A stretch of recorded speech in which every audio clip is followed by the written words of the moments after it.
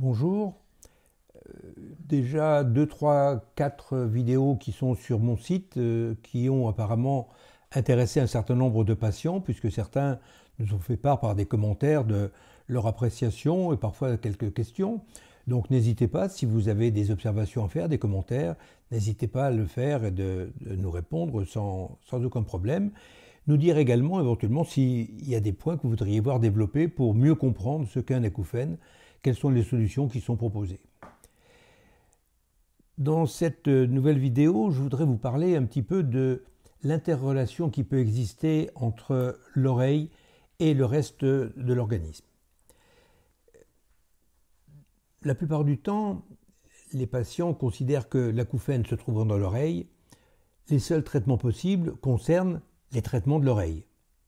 Or, si, dans certains cas, bien sûr, c'est possible, on a parlé des bouchons de cérumen, on a parlé des problèmes d'otite, de problèmes de perméabilité, également de la trompe d'Eustache, qui nécessitent certains traitements.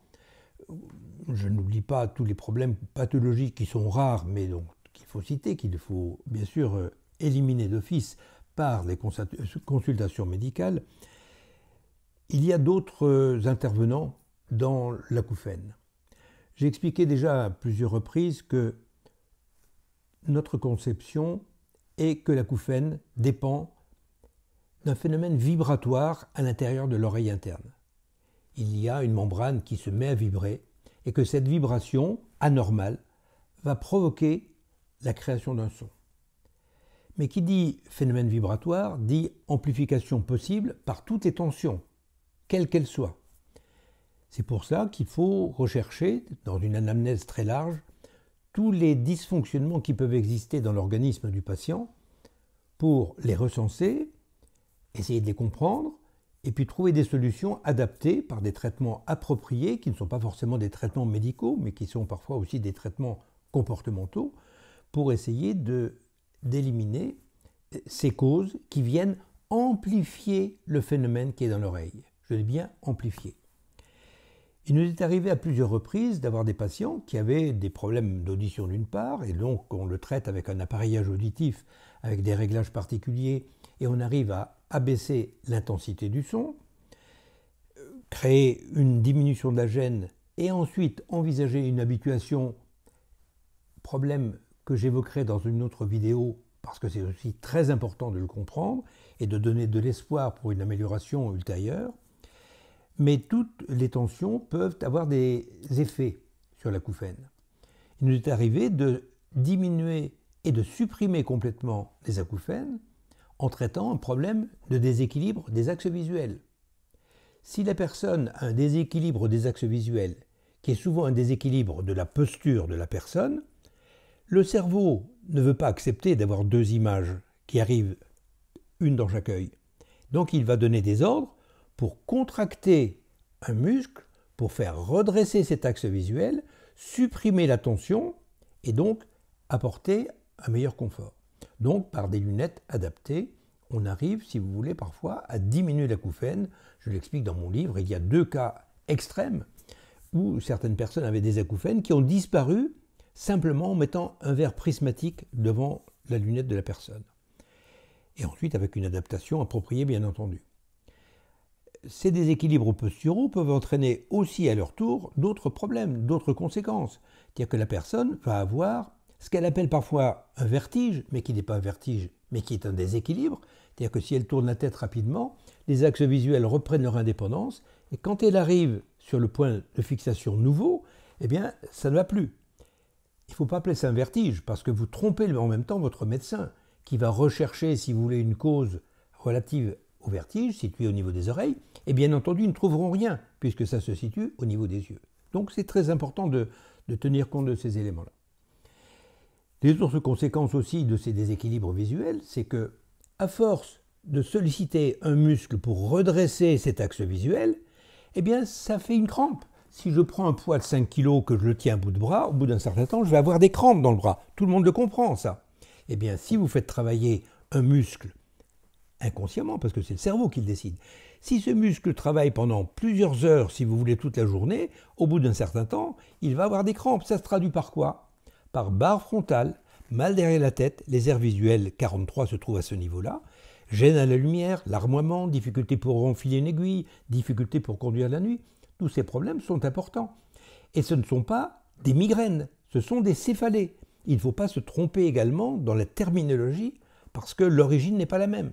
Et il faut vraiment soigner la cause de base qui est ce déséquilibre visuel, soit en corrigeant au niveau visuel ou éventuellement, si on peut le faire, corriger au niveau de la posture.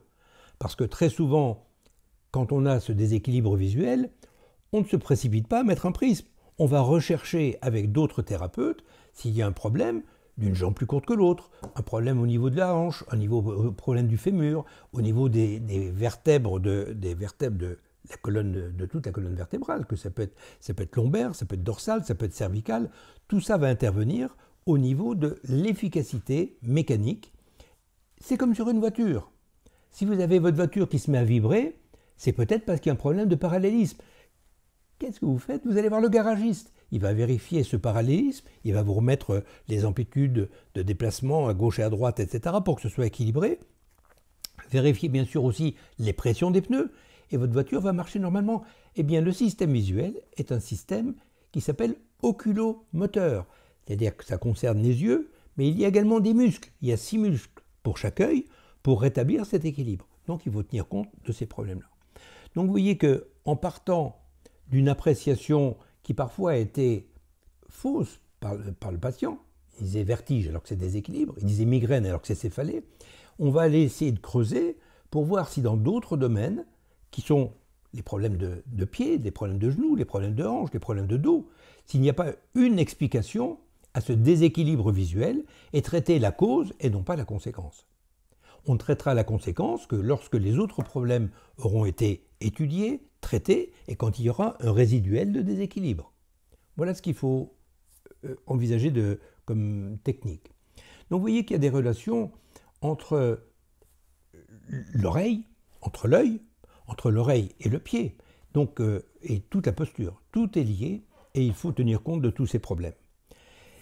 Il y a d'autres conséquences aussi qui vont provoquer un acouphène et qui vont aggraver un acouphène ou l'entretenir. Récemment, nous avons une patiente qui avait eu une implantation de plusieurs implants. Elle avait 7, et la 7e, elle était placée au fond de la bouche. Et ce qu'il y a, c'est que nous imaginons que pour faire cette implantation dans un endroit qui est peu accessible, le chirurgien, l'implantologue, a dû écarter au maximum les mâchoires et il a créé une distension de certains muscles avec une répercussion de l'autre côté, et c'est le problème de l'articulé temporomandibulaire, ATM, dont vous entendez parler de temps en temps. Cette personne avait consulté un spécialiste et l'acouphène qui était à 10 sur 10 avait été légèrement soulagé pendant un certain temps par des massages au niveau de ses muscles. Eh bien, dans notre équipe, nous avons une personne qui travaille sur ces problèmes d'ATM avec des techniques très sophistiquées de médecine quantique, et l'acouphène qui était à 10 sur 10 est passé à 2 sur 10. À 2 sur 10, sans appareil auditif, sans rien du tout. Elle n'avait presque pas de perte auditive, donc les appareils n'apporteraient rien du tout. On a essayé, mais ça ne donnait rien du tout, et c'était logique. Donc il fallait travailler sur cette partie de dysfonctionnement pour traiter le problème de l'acouphène. Alors des exemples de ce type, il y en a nombreux. Ce que je voulais simplement en vous expliquant ces quelques cas, c'est vous dire que l'acouphène est exprimé au niveau de l'oreille, au niveau de l'oreille interne, de l'oreille externe et de la perception, mais il a des causes qui sont parfois très éloignées. Ce qui fait qu'il ne faut pas se contenter de rechercher à travailler sur cette oreille, mais voir dans la globalité. C'est pour ça que la tinnitométrie, la technique que nous avons mise au point, c'est une prise en charge qu'on appelle holistique, c'est-à-dire qui prend la personne dans sa globalité et pas uniquement au niveau de l'oreille. Il y a bien entendu aussi tous les problèmes qui sont des dysfonctionnements au niveau de l'appréhension, au niveau de la conception, si vous voulez, de ce qu'est l'acouphène, des craintes qu'on peut avoir, etc., qu'il faut aussi traiter. C'est pour ça qu'on travaille avec la sophrologie, avec la relaxation, avec la détente, avec la visualisation, avec la méditation. Toutes ces choses-là peuvent être intéressantes, avec également des activités qui vont essayer d'équilibrer le corps et l'esprit, comme le Qigong, qui nous semble être une des techniques les mieux adaptées pour essayer de coordonner l'esprit, le corps, l'esprit, pour essayer d'harmoniser, si vous voulez, tous ces fonctionnements, et pour calmer toutes les tensions que le patient risque de recevoir. Donc tout ça est expliqué sur le livre. Regardez également les vidéos sur notre site. Faites-nous part de vos commentaires, de vos observations.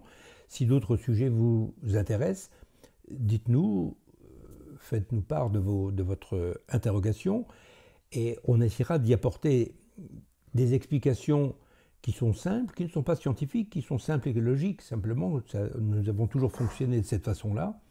Mais lorsque on les met en application, on obtient des résultats. Donc ça, je crois que c'est non négligeable et je tenais à vous en faire part. Je vous remercie.